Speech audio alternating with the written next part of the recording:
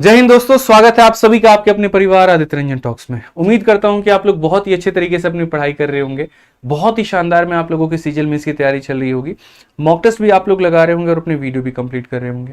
लेकिन साथ में हम आपको बता दें एक बहुत ही बड़ी गलती जो एक बहुत बड़ा वर्ग करता है, जिसके कारण उसके सिलेक्शन रुक जाते हैं या फिर उसके पोस्ट ऊपर नीचे हो जाते हैं। क्या आप तो वो गलती नहीं कर रहे? कहीं ऐसा तो नहीं है कि आप भी जाने अनजाने में वो गलती कर बैठे हैं और बाद में आपको इसका रिजल्ट के बाद में जो है भुगतान सहना पड़े? तो मेरी वीडियो को शुरू से लेकर के अंत तक देखिएगा कि कहीं उस गलती के भागीदार आप तो नहीं है। ऐसा तो नहीं कि यहाँ पर वो आप भी जीवन में कर रहे हो और बाद में आपको नुकसान हो। ठीक है, तो आज आप उस गलती से अपने आप को बचा लीजिएगा। अब देखिए, सबसे पहली बात आती है यहाँ पर कि पिछले कुछ समय में मैंने काफी सारे बच्चों के इंटरव्यूज लिए जो अलग अलग डिपार्टमेंट में सिलेक्टेड है, और उन इंटरव्यूज को लेने के बाद में मुझे ये बात समझ में आई बहुत ही तरीके से कि यहाँ पर बच्चे जनरली जो है ना वो ज्यादा फोकस कर रहे होते हैं सिर्फ और सिर्फ एक सब्जेक्ट पे, वो होता है मैथ्स। उनकी यहाँ पर ये कोशिश होती है कि अगर मैथ्स में नंबर काफी अच्छे आ गए तो इसका मतलब हम टॉपर हैं, और अगर मैथ्स में नंबर अच्छे नहीं आए तो इसका मतलब हमारा कोई सिलेक्शन जो है वो नहीं हो पाएगा, हमें अच्छी पोस्ट नहीं मिल पाएगी। इस मिथ को, इस भ्रम को हम आपको अलग अलग सबूत दिखा करके तोड़ने वाले हैं, और ताकि आपको पता चल पाए यहाँ पर कि अगर आपको सही सिलेक्शन लेना है, सही रैंक लेकर के आना है, सही पोस्ट लेनी है, तो किस सब्जेक्ट के ऊपर में फोकस करना है, कितने घंटे उसको पढ़ने हैं और किस तरीके से स्मार्ट लेबर के माध्यम से उसको तोड़ना है। जैसे अगर हम बात करें काजल की या ऑल इंडिया रैंक 74 विशाल तिवारी की जो एमईए में है, या फिर ये भी काजल है, ठीक है, सब बच्चे अलग अलग डिपार्टमेंट में है, लेकिन सभी के इंटरव्यू जब मैं ले रहा था तो सब में कॉमन बात ये आ रही थी कि सर दुनिया जो है ना वो हार्ड लेबर के पीछे भागती है, स्मार्ट लेबर पर कोई ध्यान ही नहीं दे रहा होता। हमने इतनी मेहनत नहीं की सर, हमने बहुत ज्यादा अपने आप के कमर नहीं तोड़े, मेहनत तो की लेकिन इस तरीके से नहीं कि हार्ड लेबर किए जा रहे हैं सर। कम समय के अंदर में हमने अपनी सटीक रणनीतियां बनाई, उनको हमने फॉलो किया और यहां पर हम उससे सिलेक्शन ले पाए। तो क्या थी इनकी वो सटीक रणनीति? क्या ऐसी रणनीति हो सकती है जिसमें सीजल 2024 में इतने सारे पोस्ट होने के बावजूद आप उसमें एक बहुत ही शानदार पोस्ट अपनी ले सकते हैं? 17,727 वैकेंसी है इस बार में, जिसमें मेरे भाई अलग अलग इंस्पेक्टर्स के अलग अलग पोस्ट हैं। आप देखोगे इंस्पेक्टर पोस्ट ज्यादा है, जैसे एक्साइज हो गया, इनकम टैक्स हो गया, और इसमें जाने की चाहत लगभग हर किसी की होती है। ठीक है, अगर हम ये पूछ ले कि भैया सीजल में तुम किस में जाना चाहते हो, तो ज्यादातर बच्चों का ये रहेगा सर इनकम टैक्स इंस्पेक्टर बनेंगे, एक्साइज बनेंगे सर, हम जो है सीएसए ज्वाइन करेंगे। लेकिन आपको पता है इनकी कट ऑफ बहुत ज्यादा जाती है। तो आप ऐसा क्या करेंगे कि जिससे आपके पास में यहाँ पर ये सारे के सारे पोस्ट आपके डॉक्यूमेंट वेरिफिकेशन में जब आप पोस्ट प्रेफरेंस भरते हो तो उसमें आप इसके लिए एलिजिबल हो पाओ और ये मिल पाए। इसके लिए आपको यहाँ पर थोड़ा सा ये पैटर्न समझना होगा कि ये पैटर्न होता क्या है। अब बोलोगे सर ये तो हम हमेशा से देखते हैं, कुछ नया क्या है? बिल्कुल, कोई भी चीज को अगर आप बार बार देखोगे ना, जैसे मैंने कहा ना, एक बड़ी सुशांत सिंह राजपूत की कल मैं एक लाइन पढ़ा था यहाँ पे, तो उस इंटरव्यूअर ने ये पूछा कि ये जो ग्लास है ना, इस ग्लास में तुम्हें क्या दिख रहा है, आधा पानी है या फिर यहाँ पर आधा खाली है? उसने बोला कि what is the correct answer, half fill water और हाफ ब्लैंक। तो सुशांत सिंह राजपूत का यहाँ पर बड़ा प्यारा सा मेरे भाई वहां पर जवाब था कि देखिए, किसी भी चीज को देखने के है ना एक नजरिया नहीं हो सकते हैं।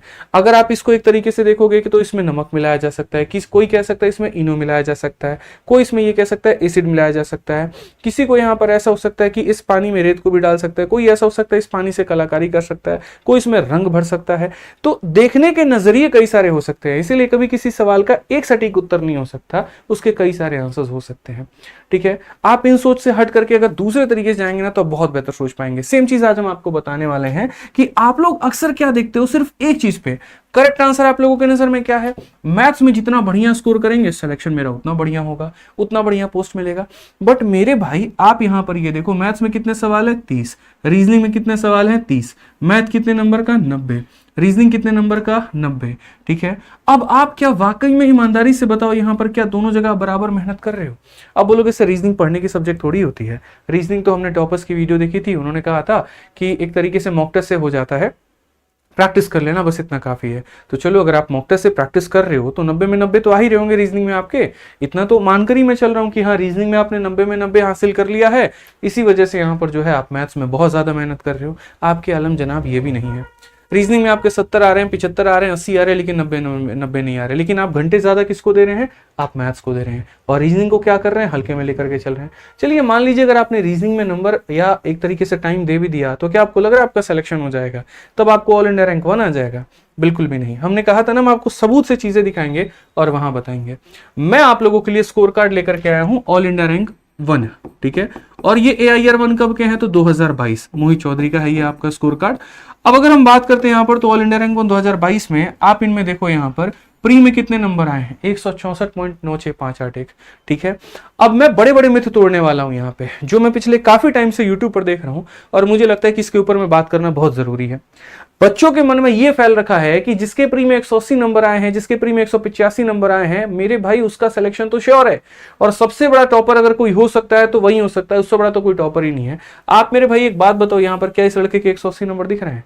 क्या इस लड़के के 185 दिख रहे हैं? नहीं दिख रहे। 165 नंबर लेकर के आया है, लेकिन उसके बाद भी जब फाइनल रिजल्ट आया ना तो इसका ऑल इंडिया रैंक 1 था। क्योंकि आपको भी पता है कि ये जो प्री होता है ना, क्वालिफाइंग होता है, इसके कोई मार्क्स नहीं जुड़ते मेरिट में। यहाँ पर इसका कहीं पर कोई मेरे भाई यहाँ जुड़ाव नहीं है, ये सिर्फ और सिर्फ एक पड़ाव है जिसको पार करके आपको दूसरे में जाना है।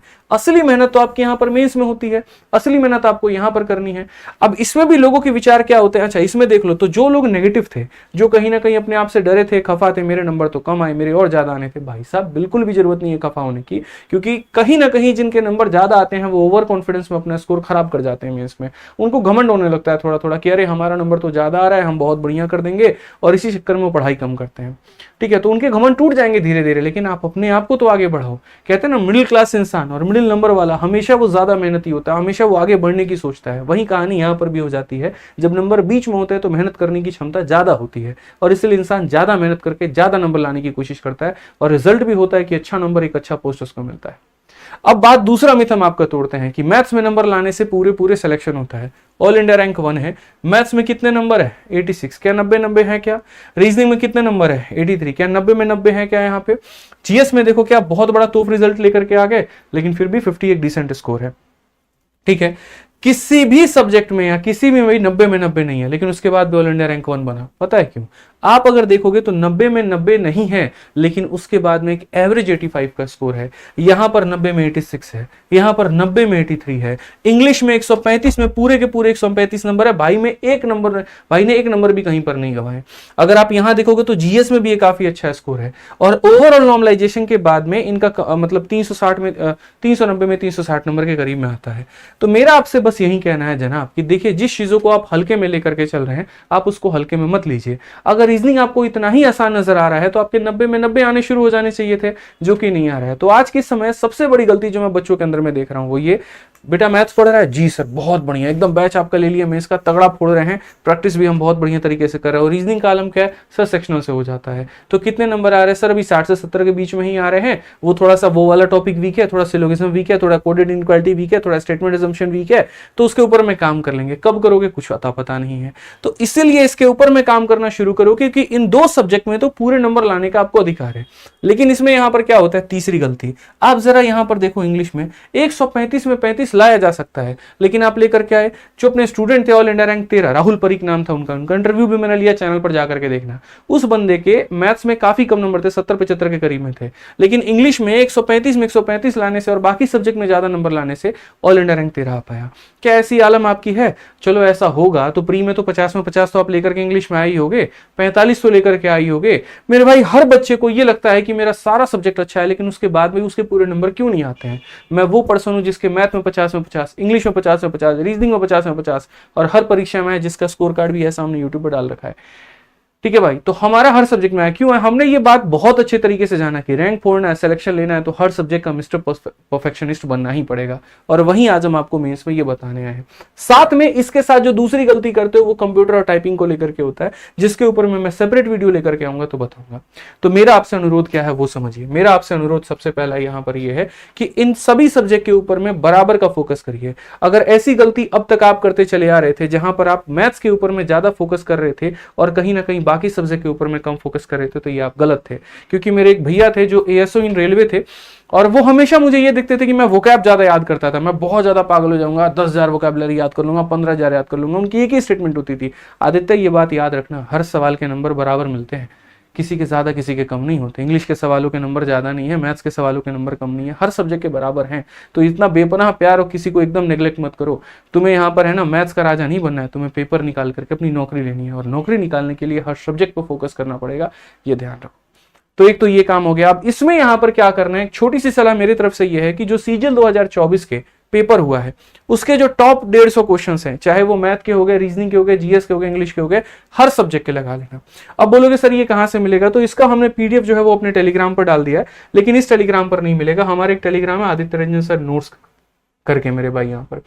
इसमें अगर आप देखोगे यहाँ पर तो ये कंपाइलेशन है, जिनके पास में कहीं ना कहीं किसी ना किसी सोर्स होगा कोई दिक्कत नहीं है, बाकी जिनके पास में नहीं होगा तो SSC CGL pre 2024 reasoning hard to easy level compilation. ऐसे यहाँ पर पूरे आपको 36 शिफ्ट के सवाल हैं, लेकिन आपको सारे नहीं लगाने, जो शुरू के टॉप के 150 क्वेश्चन होंगे वो लगा लेना। तो रीजनिंग के टॉप के 150 लगा लेना, इंग्लिश के टॉप के 150 लगा लेना, जीएस के टॉप के 150 लगा लेना। तो जो प्री में गलतियां की होंगी उससे बच जाओगे और अपना स्कोर थोड़ा बेहतर कर पाओगे। यहाँ पर साथ में कोशिश करो यहाँ पर 100% मार्क्स जो है इंग्लिश और रीजनिंग में लेकर के आने के, और किसके माध्यम से, तो सेक्शनल टेस्ट देने के माध्यम से।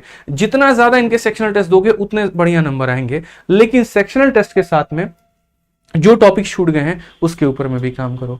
तो मेरा भाई मेरा आपसे इतना ही अनुरोध था कि वो उन भीड़ का हिस्सा मत बनो यहाँ पर जिसका एक फिक्स माइंडसेट बन रखा है और उसी माइंडसेट पर वो काम कर रहा है, बल्कि थोड़ा अलग हट करके सोचो। आज हमने आपके सामने स्कोर कार्ड भी प्रस्तुत रखा है यहाँ पर कि देख लीजिए, और ये तो सिर्फ एक बच्चे का केस था, ऐसे कई सारे बच्चे यहाँ पर, ठीक है। तो सिर्फ और सिर्फ एक सब्जेक्ट का दीवानापन जरूरी नहीं है, आपको हर सब्जेक्ट में बढ़िया नंबर लाना है। मैं हमेशा बोलता हूँ कि मैं एक टीचर बाद में हूँ, एक एस्पिरेंट पहले रहा हूँ, तो अपने सब्जेक्ट या अपनी चीजों के बारे में बाद में बताऊंगा, पहले आपके सिलेक्शन के लिए जो जरूरी है वो मैं पहले बताऊंगा, ठीक है। ऐसी और भी वीडियोस हमारी आती रहेंगी, तो इस चैनल को सब्सक्राइब कर लेना, ठीक है, और यहाँ पर वीडियो को लाइक और शेयर कर देना और नोटिफिकेशन ऑन कर लेना। बाकी कोई और डाउट रहा तो कमेंट बॉक्स में जरूर बताना। मिलते हैं अगली वीडियो में। जय हिंद।